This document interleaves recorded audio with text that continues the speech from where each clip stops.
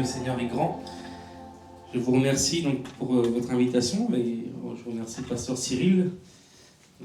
C'est une joie de vous voir parce que régulièrement donc, avec l'église, en début d'année encore, donc, on faisait donc, une petite fiche de prière et sur notre fiche de prière à la Ravine, donc, on a mis prier pour les 2 communes où il n'y a pas encore officiellement de lieu de culte, c'est-à-dire Trois-Bassins et les Avirons.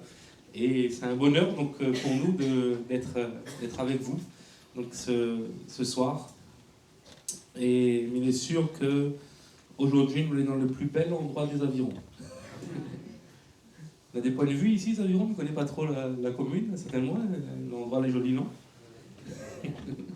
Donc, mais là, il est sûr, ce soir, le plus joli endroit aux Avirons, c'est ici. C'est ici. On a vécu, donc, on a habité 4 ans à Sillaos, et m'a occupé pendant 7 ans de l'église de Sillaos, et puis à Surazot, Sillaos, c'est joli, hein, on a plein d'endroits que les jolis, mais l'endroit où ça m'était sans moi le mieux, c'était avec l'église. C'était avec les frères et sœurs, et ça a été magnifique. C'était magnifique. Continuez à persévérer, donc à prier, vous verrez, donc le Seigneur va faire de grandes choses dans cette commune. Donc on priera encore pour cette commune, pour monsieur le maire, monsieur Ferrer, c'est ça, hein, bien prier donc, pour le maire et le conseil municipal pour que les portes puissent s'ouvrir. Dans l'île de la Réunion, nous avons des maires qui sont quand même très ouverts, et puis d'autres avec qui donc il faut toquer à la porte hein, pour discuter, parce que parfois ils ne nous connaissent pas. Donc, et nous prions pour que le Seigneur lui-même donc, puisse incliner le cœur des autorités, parce que le cœur des rois donc, est dans les mains du Seigneur comme un courant d'eau. Et le Seigneur, il les incline où il veut. Alléluia. Alors ce soir, donc, on va lire ensemble, si vous êtes d'accord, un psaume que vous connaissez bien en introduction, le psaume 121.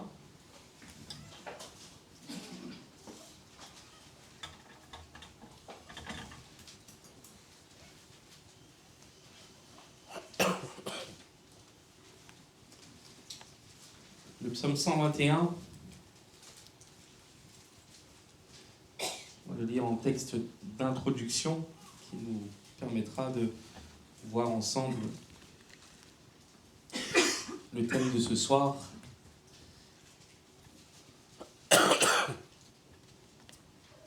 Il est écrit à partir du verset 1er, Cantique des degrés. « Je lève mes yeux vers les montagnes. D'où me viendra le secours? Le secours me vient de l'Éternel qui a fait les cieux et la terre. Il ne permettra point que ton pied chancelle. Celui qui te garde ne sommeillera point. Voici, il ne sommeille ni ne dort celui qui garde Israël. L'Éternel est celui qui te garde. L'Éternel est ton ombre à ta main droite. Pendant le jour, le soleil ne te frappera point, ni la lune pendant la nuit. L'Éternel te gardera de tout mal, il gardera ton âme. L'Éternel gardera ton départ et ton arrivée, dès maintenant et à jamais. En introduction, j'ai bien aimé ce premier verset du psaume 121 qui nous dit quoi? Je lève mes yeux vers les montagnes, d'où me viendra le secours. Je me rappelle quand tu habites Sillaos, à ma 2e maison, parce que j'ai changé de maison à un moment, quand je sortais le matin, il m'était sorti dehors, et tout de suite, moi, la vue sur le bloc, là, sur la montagne, c'était magnifique. C'était magnifique. Mais il y avait une grande montagne.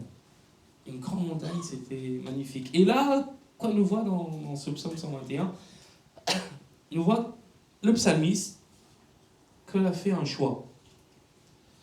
Parce que il y avait le choix de regarder à plusieurs montagnes. Dans sa vie, là, à ce moment-là, elle était compliquée.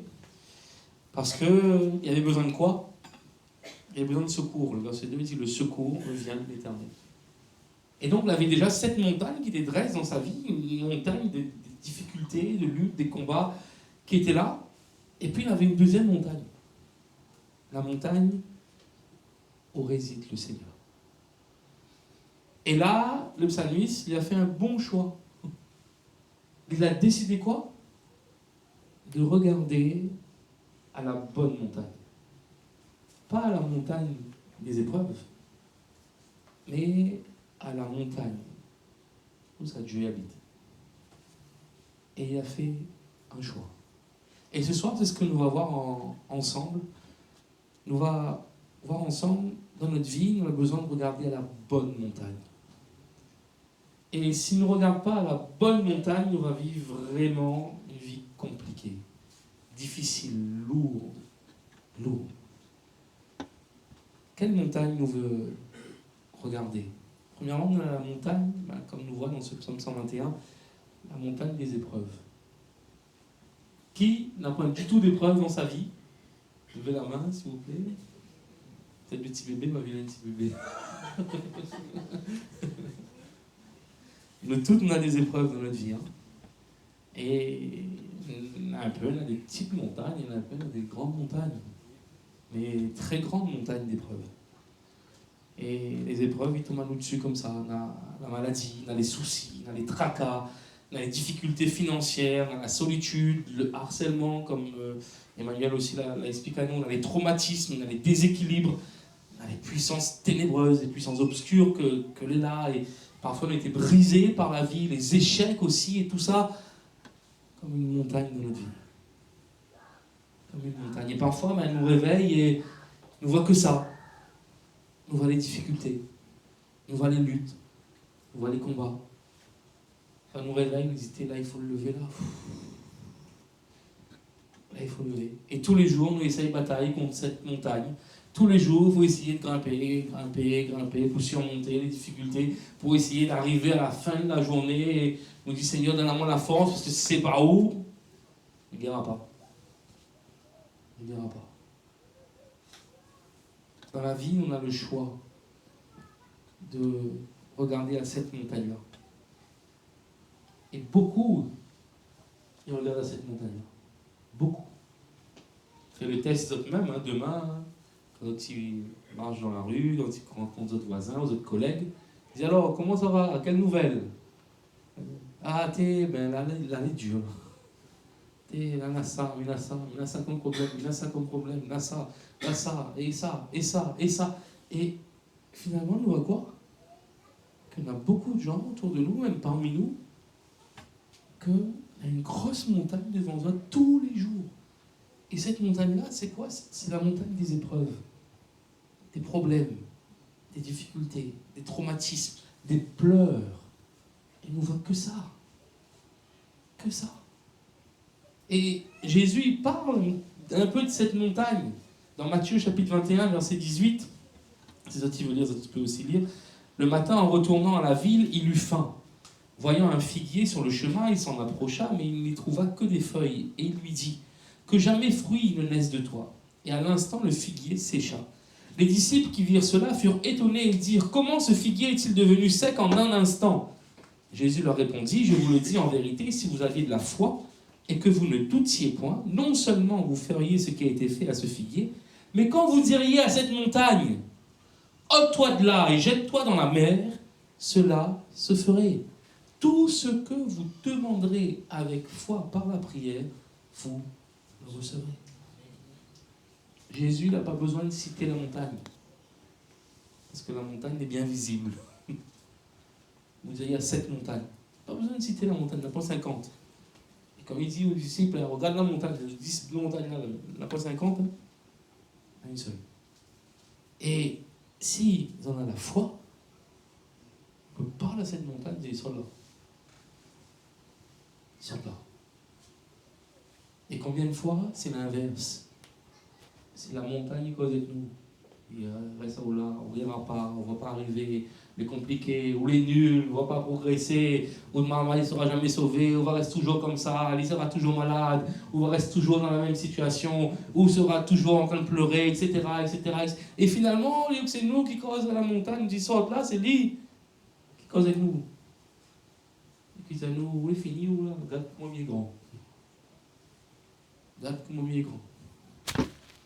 Où le rien. Et parfois, la montagne là, il y a un pose à nous comme ça. Et la vie devient vraiment compliquée, difficile. Et beaucoup de gens aujourd'hui, et malheureusement même dans nos églises, vivent une vie où ils ne regardent qu'à la montagne des épreuves et des difficultés. Et ça se voit. Ça se voit sur le regard. Ça se voit sur le visage. On voit. Bon, parfois, c'est la fatigue physique. Hein. Il y a une sœur qui est entrée tout à l'heure. Elle dit, ça va, vous êtes fatigué? Il me dit, il voit. Il voit le fatigue. Mais c'est la fatigue physique. Mais parfois, on voit aussi cette fatigue morale et spirituelle qui pèse, qui est là. Qui est là. On n'arrive plus à être dans la louange. On n'arrive plus à louer le Seigneur, à remercier le Seigneur. On n'arrive plus à le bénir, parce que parfois on ne comprend pas pourquoi ça dure si longtemps, ces épreuves. Et ça devient compliqué. Pourquoi? Parce que nous avons décidé de regarder à cette montagne. Mais c'est difficile de ne pas regarder à cette montagne, parce que lui, il est là. Comme moi, tous les matins, il déroule la porte, c'est là aussi, il est là, la montagne. Il est là, bon, cette silence, c'est joli, hein. Mais il est là. Tous les matins, on l'aide, boum, ça arrive. Boum. Elle s'impose à nous. Et elle s'impose à toute l'humanité, cette montagne. Cette montagne, c'est toutes les conséquences du péché dans l'humanité. Et elle s'impose à nous. Nous avons le choix de regarder soit à cette montagne, ou peut-être de regarder à une autre montagne.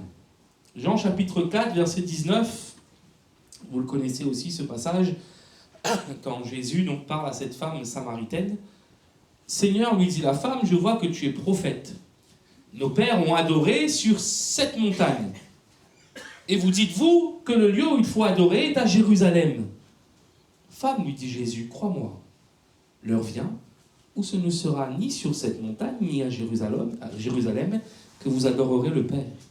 Vous adorez ce que vous ne connaissez pas. Nous adorons ce que nous connaissons, car le salut vient des Juifs. Mais l'heure vient, et elle est déjà venue, où les vrais adorateurs adoreront le Père en esprit et en vérité, car ce sont là les adorateurs que le Père demande. Dieu est esprit, et il faut que ceux qui l'adorent en esprit et en vérité. Amen. Qu'est-ce qu'on voit dans ce passage? Il y a une deuxième montagne qui est là. Jésus est en train de parler à cette femme, et cette femme, son tracas, c'est quoi? C'est laquelle la bonne montagne?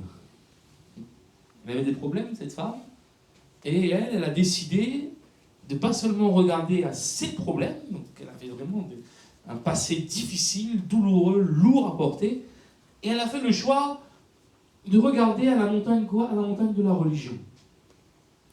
Et pour elle, c'était ça, son salut. Et c'est pour ça qu'elle pose la question à Jésus, mais c'est laquelle, la vraie, la bonne, la meilleure religion? C'est laquelle? Vous, vous dites ça, et nous, on dit ça. C'est lequel le bon? C'est lequel? Et là, Jésus, quoi, il répond à cette femme, Jésus, il dit non, pas de montagne. L'heure vient, elle est déjà venue, où les vrais adorateurs adoreront le Père en esprit et en vérité.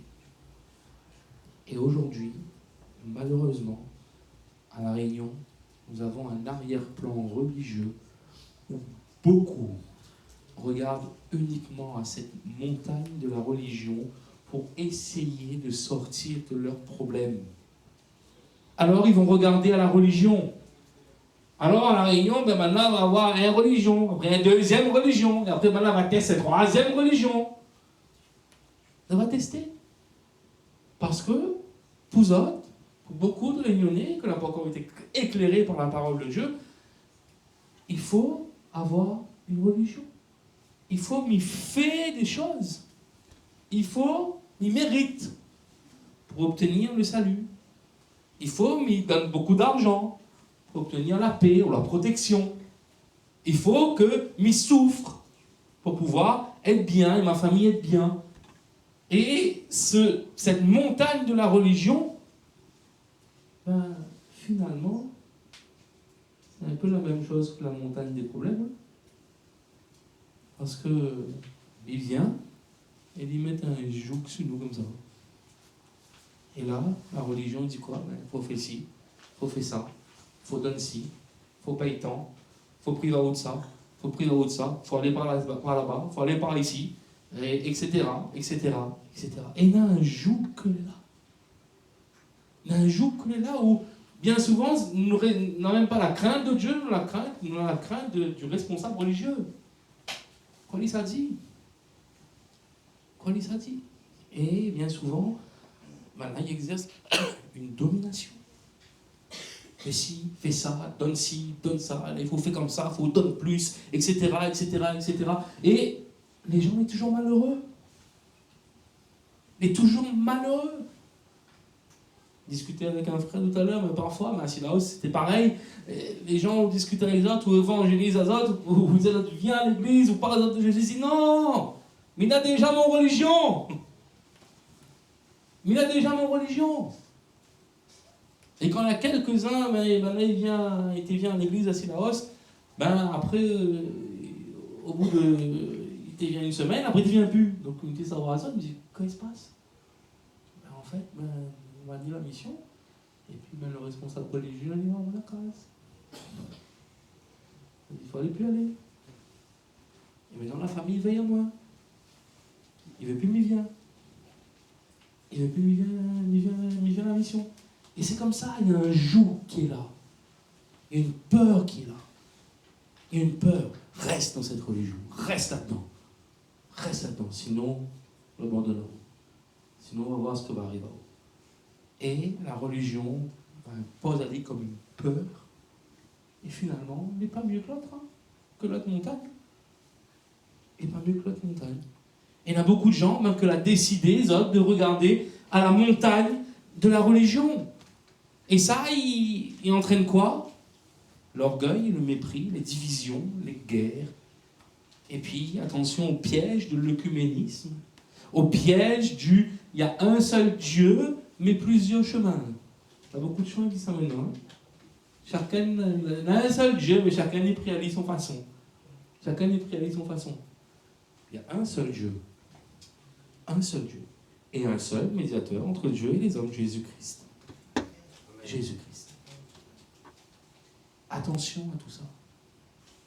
Jésus a dit, je suis le chemin. Pas un chemin. Le chemin. Je suis la vérité. Pas une vérité. La vérité. C'est différent, tu comprends? Je suis la vie. Pas une vie. La vie. La seule vie. Le seul chemin. La seule vérité. Et attention à tout ça. Attention. Quand nous mettons Dieu là, tout le monde est d'accord. Allons prier Dieu. Allons prier Dieu. Dis allons prier Jésus. Si vous mettez Dieu, on aura pas de problème. Tout le monde est d'accord. Bon Dieu, bon Dieu, bon Dieu, bon Dieu.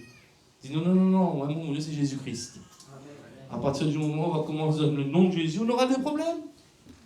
Et c'est le monde d'aujourd'hui où on peut dire sec ou veut. Ou peut sale, ou peut tout ce qu'on veut, on n'aura pas de problème. Commence par le Jésus. Commence par le Jésus. Et Jésus l'a prévenu à nous de ça. Vous serez haïs. Une mentalité dans ce monde qui rejette, que les antichrists qui rejettent Jésus. La mentalité de ce monde, l'esprit de ce monde rejette le prince de la vie, Jésus-Christ. Jésus-Christ. Et les religions fabriquées par les hommes rejettent aussi Jésus. Et veulent, il veut quoi? Maintenir toute une population sous un joug, sous un courroux, pour soutirer à d'autres le plus de choses possibles, pour détruire plus que construire. Et il y a beaucoup de gens aujourd'hui qui regardent à cette montagne-là, la montagne de la religion. À quelle montagne vous regardez? Cette montagne des épreuves de la vie, des conséquences du péché dans notre vie, que là, cette montagne impose à nous. Nous n'avons pas fait autrement. Le matin, il nous lève, il est là. Il est là. Il y a cette montagne à côté, la montagne de la religion, la famille, parfois les dents, les amis, tout ça, la peur. La peur, peut-être des gens, des autres, pas la mission. Peut-être quelqu'un ce soir, il est nu et sa famille dit, qu'est-ce que ça fait là-bas? Arrête d'aller là-bas. Il y a une pression derrière. Une pression. Et puis il y a une troisième montagne. Cette montagne, on voit cette montagne dans Jean chapitre 19. Et à partir du verset 17. Il est écrit, Jésus portant sa croix arriva au lieu du crâne qui se nomme en hébreu Golgotha. C'est là qu'il fut crucifié, 2 autres avec lui, un de chaque côté, Jésus au milieu. Pilate fit une inscription qu'il plaça sur la croix et qui était ainsi conçue. Jésus de Nazareth, roi des Juifs. Beaucoup de Juifs lurent cette inscription parce que le lieu où Jésus fut crucifié était près de la ville. Elle était en hébreu, en grec et en latin. Les principaux sacrificateurs des Juifs dirent à Pilate, « N'écris pas roi des Juifs, mais écris qu'il a dit « Je suis le roi des Juifs ». Pilate répondit, « Ce que j'ai écrit, je l'ai écrit ». Les soldats, après avoir crucifié Jésus, prirent ses vêtements et ils en firent 4 parts, une part pour chaque soldat. Ils prirent aussi sa tunique, qui était sans couture, d'un seul tissu, depuis le haut jusqu'en bas. Et ils dirent entre eux, « Ne la déchirons pas, mais tirons au sort à qui elle sera. » Cela arriva afin que s'accomplisse cette parole de l'Écriture. Ils se sont partagés mes vêtements, et ils ont tiré au sort ma tunique. Voilà ce que firent les soldats. Près de la croix de Jésus se tenaient sa mère et la sœur de sa mère, Marie, femme de Clopas, et Marie de Magdala. Jésus, voyant sa mère et auprès d'elle le disciple qu'il aimait, dit à sa mère, « Femme, voilà ton fils. » Puis il dit au disciple, « Voilà ta mère. » Et dès ce moment, le disciple l'a pris chez lui. Après cela, Jésus, qui savait que tout était déjà consommé, dit, afin que l'écriture fût accomplie, « J'ai soif. » Il y avait là un vase plein de vinaigre. Les soldats en remplirent une éponge et l'ayant fixée à une branche d'hysope, ils l'approchèrent de sa bouche. Quand Jésus eut pris le vinaigre, il dit, « Tout est accompli. » Et baissant la tête, il rendit l'esprit. Cette troisième montagne que nous voyons ce soir ensemble, c'est la montagne que Dieu invite à nous à regarder. Parce que la désobéissance de l'homme a entraîné le péché dans l'humanité. Et le péché a fait qu'aujourd'hui, nous vivons avec une grosse montagne devant nous. Tous les jours. Les épreuves, les difficultés, la maladie, la tristesse, tout ça, le deuil, etc., les larmes, au quotidien. Les conséquences du péché a fait que les hommes fabriquent des religions pour mettre un joug sur l'humanité. Et il nous retrouve à nous aujourd'hui dans cette humanité avec ces montagnes qui détruisent à nous. Alors autant marqué par Dieu, Jésus est venu pour nous indiquer une autre montagne, pour nous montrer quelle est la montagne vers laquelle nous devons tourner nos regards. Parce que sur cette montagne, comme il est écrit au verset 30, Jésus a tout accompli. Il a anéanti toutes les œuvres du diable. Il a pris sur lui tous les péchés de l'humanité. Sur cette montagne, il lave nos péchés. Il nous donne sa paix. Sur cette montagne, il enlève le fardeau qui est sur nous. Pas seulement un jour, mais tous les jours. Tous les jours. Jésus est mort sur la croix. Il a accepté cette souffrance. Il a bu la coupe jusqu'à la lie. Il a souffert jusqu'à la fin. Les hommes ont été vraiment remplis de haine. Remplis de haine. La crucifixion, ce n'est pas seulement une mise à mort. Dans l'histoire de l'humanité, malheureusement, il y a eu beaucoup de mises à mort. Mise à mort par la fusillade, mise à mort par la chaise électrique, par la guillotine, etc. Mais la crucifixion, c'est pire que ça. La crucifixion n'a pas pour but de faire mourir seulement.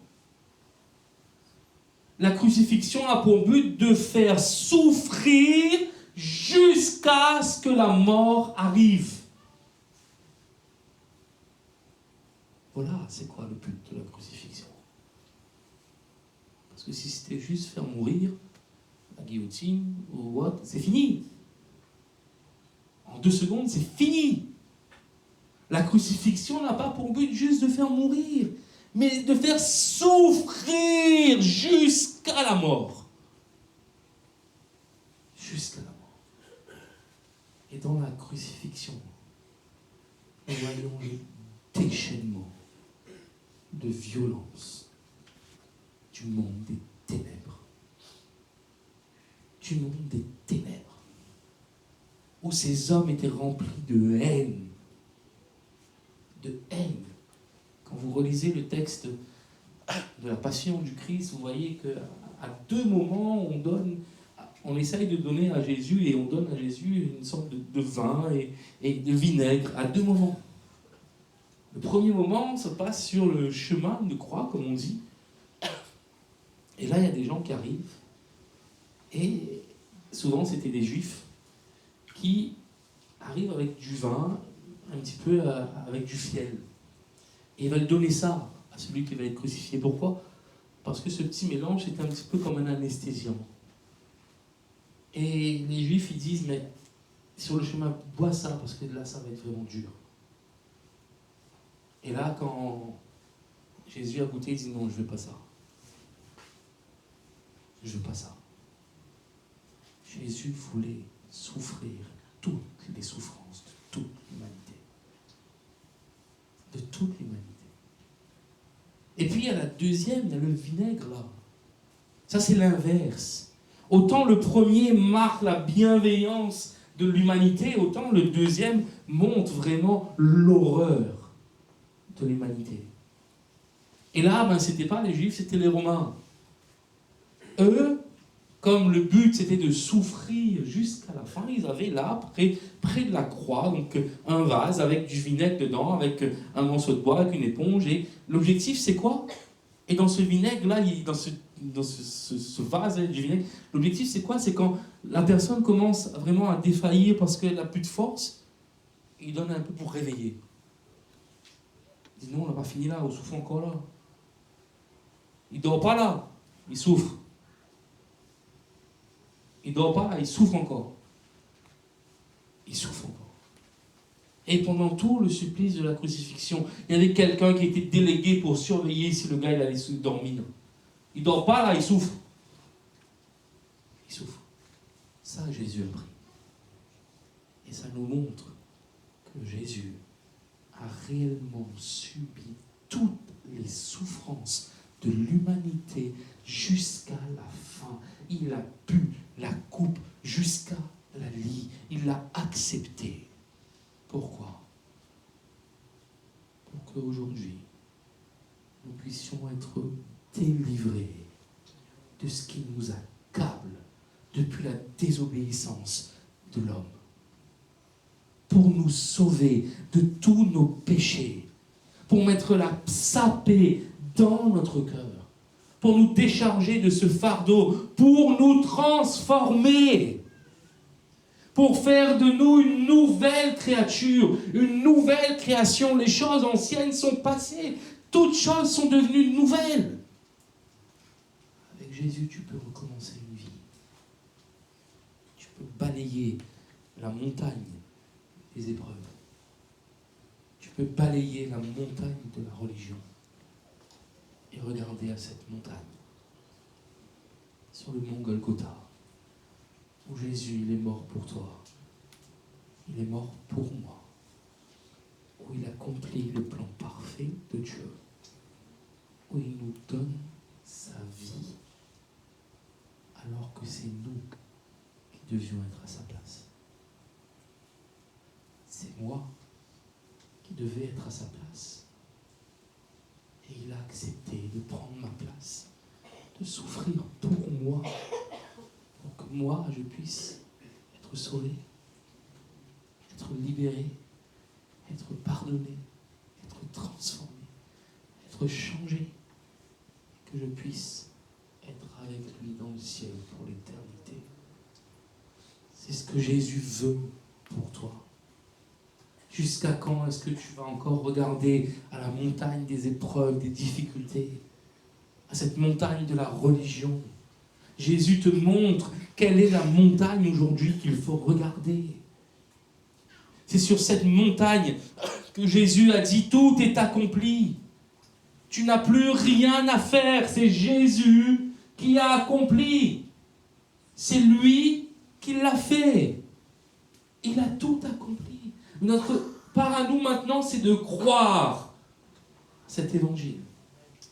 Et quand nous croyons à cet évangile, le Seigneur nous communique sa vie, qui nous transforme, qui enlève le pire de nos cœurs, de notre âme, et le remplace par le meilleur, par la nature de Dieu, qui veut grandir, et grandir, et grandir. Peut-être que quelqu'un ce soir il est venu en disant « Mais il est mauvais.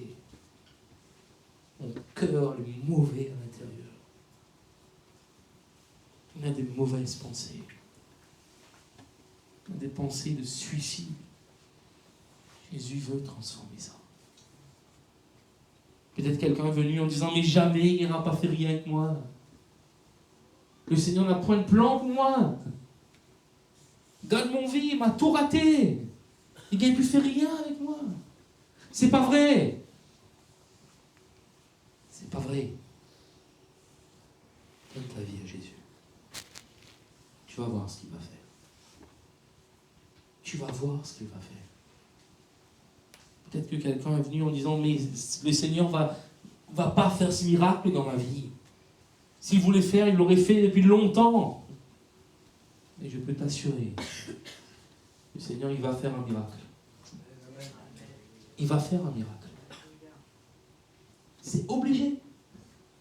C'est obligé. Soit il fait le miracle et il change la situation dans laquelle tu es, soit le miracle, ça sera toi. Il va te changer toi, te transformer toi, pour que tu puisses affronter et marcher dans ces difficultés avec la paix de Dieu. Mais il le fera, le miracle. Soit il va guérir, soit il va changer la situation, soit c'est toi qui changes. Mais le miracle sera là. Le miracle sera là. Parce que Jésus, il nous l'a promis. Il nous l'a promis qu'il est avec nous tous les jours jusqu'à la fin du monde. Il a promis que nous serons des nouvelles créatures. Il a promis que nous écraserons bientôt Satan sous nos pieds. Il l'a promis. Le Seigneur veut qu'on vive une vie de victoire. Et pour cela, nous devons regarder à cette montagne. À la montagne de Dieu. À Golgotha, où Jésus est mort pour toi. Là où il a payé le prix pour toute l'humanité. À quelle montagne veux-tu regarder ce soir? C'est à nous de décider. C'est à toi de décider. Si demain matin, quand tu vas te réveiller, tu vas regarder à la montagne de tes problèmes, à la montagne de la religion, de tes efforts, ou à la montagne de Dieu. C'est à toi de décider si demain matin tu vas te réveiller grognon, ou tu vas te réveiller en disant Seigneur, merci, parce que tu m'as sauvé. Parce que tu m'as délivré. Et parce qu'aujourd'hui encore, tu vas me donner la victoire. Même si tu m'as appelé la force, Seigneur, va donner la force. Même si je ne gagne plus, Seigneur, on va faire gagner moi. Même si je ne comprends plus, pas grave, Seigneur, on avance avec vous quand même. Mais avancez avec moi. Jésus est vivant. Et toute la population des environs a besoin de connaître ça. A besoin de connaître ça. Et le Seigneur s'est utilisé à d'autres pour toucher ses familles. Et ça doit voir dès demain. Dès demain, ça doit voir. Le Seigneur va mettre quelqu'un sur le trône. Et ça va donner une parole. Et cette parole-là va changer sa vie. Parce que ce sera la parole de vie. La parole de Jésus. Est-ce que vous êtes d'accord que nous prions le Seigneur ensemble? Jésus